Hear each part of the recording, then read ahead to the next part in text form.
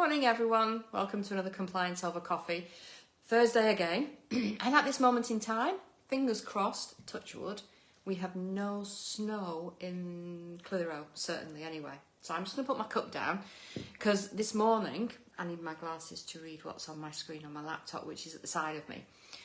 The topic this morning is, why would HMRC be interested in me, or why would they be interested in you? And I hear an awful lot on social media that people are being told, you know, you're a sourcing agent, you're small fry, they're not interested in you. HMRC are interested in people that do multi-million pound deals, that operate in London, blah, blah, blah, blah. Well, I've got news for you.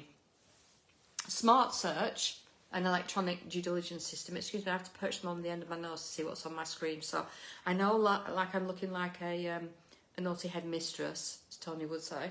But I don't mean to be, it's just the way that I have to perch my glasses to be able to see anything these days. It's a sign of age, guys. So Smart Search have dug into the past decades worth of anti-money laundering crime across the world. And they've dug down country by country and broken down where the data was deep enough to be able to work out the key topics from money laundering that are the highest in crime in each country. And I'll explain a little bit more in a minute. But I can tell you that out of the top 20 countries, we come second only to the USA. And we are second top for the naughtiest country for breaches of money laundering regulations and money laundering crime. But interestingly enough, they dug down even further into the data. And what they've said is that the UK's anti-money laundering event types in the last decade are ranked from the highest to the lowest. So the highest ranked is money laundering.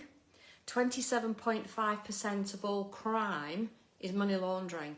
Now that might not seem a lot to you, but the next nearest crime reference is fraud, and that's only 13.4%. So can you see the gap between money laundering offences and fraud? Second to money laundering is anti-money laundering compliance failure at 23.9%. Can you now understand why I stand here or sit here this morning and keep saying to you guys that people are taking money laundering offences seriously? They really are. And this is why part of what they're focusing on is the estate agency sector, which of course sourcing agents sit under, and why fines are increasing and why they're going to increase even more in the next 12 months, 18 months, 2 years. They dug down even further in this report, and by the way, when I finish this live, Tony will put the link to the report in the comments, and then you can all go and have a read. How can criminals slip through the net? Listen to these. Criminals can present false documents like passports or bank statements, and criminals are incredibly good at creating great copies. Presenting fake documents, pretending to be someone else, or creating a false identity. Concealing their true source of funds. Being on an international sanctions or politically exposed persons list. Pumping dirty cash into the economy, drug trafficking, human trafficking, terrorist financing, corruption and bribery, fraud and tax evasion. There was a figure further down in the report that you guys will be able to find, and it gave a figure of estimated money laundered globally. And it was between something like 600 and something billion and 1 point something trillion a year. It's guesstimated that in the UK alone it's 100 billion plus. This is a major problem for us, and we're sitting on the front end of a sector where huge sums of money are laundered every year in the UK.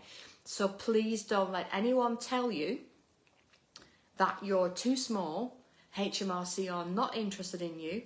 As long as you keep your nose below the radar, you're just doing small deals, you're just doing terrace houses, nobody cares.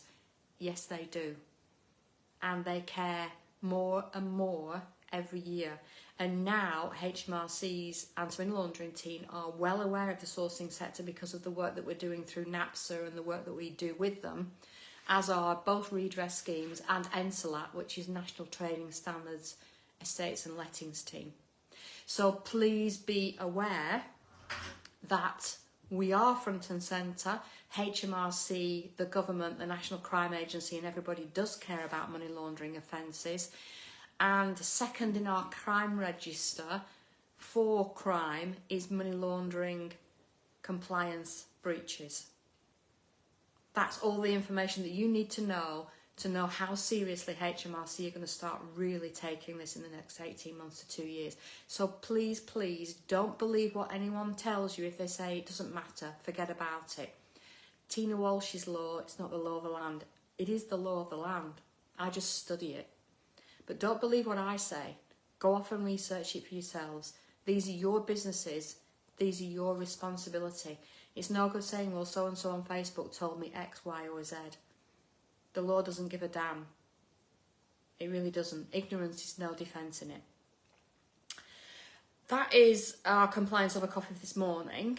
Tony will put the link in for this report for you all to have a read of, and I strongly suggest that you do and start taking money laundering offences incredibly seriously.